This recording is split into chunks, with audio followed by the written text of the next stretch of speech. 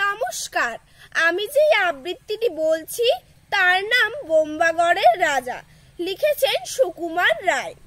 কেউ কি জানো সদাই কেন বোম্বাগড়ের রাজা?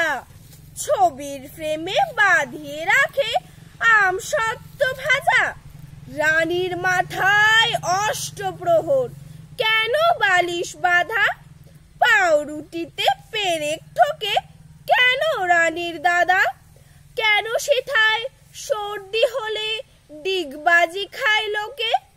জ্যোৎস্না রাতে সবাই কেন আলতা মাখায় চোখে? ওস্তাদেরা লেপ মুড়ি দেয় কেন মাথায় ঘাড়ে?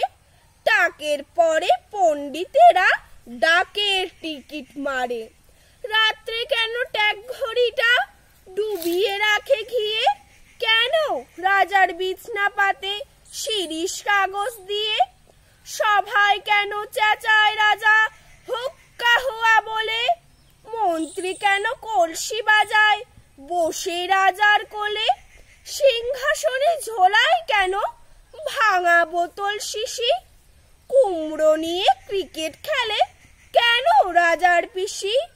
রাজার খুড়ো নাচেন কেন হুকোর মালা পরে? এমন কেন ঘটছে তা কেউ বলতে পারো মোরে? নমস্কার।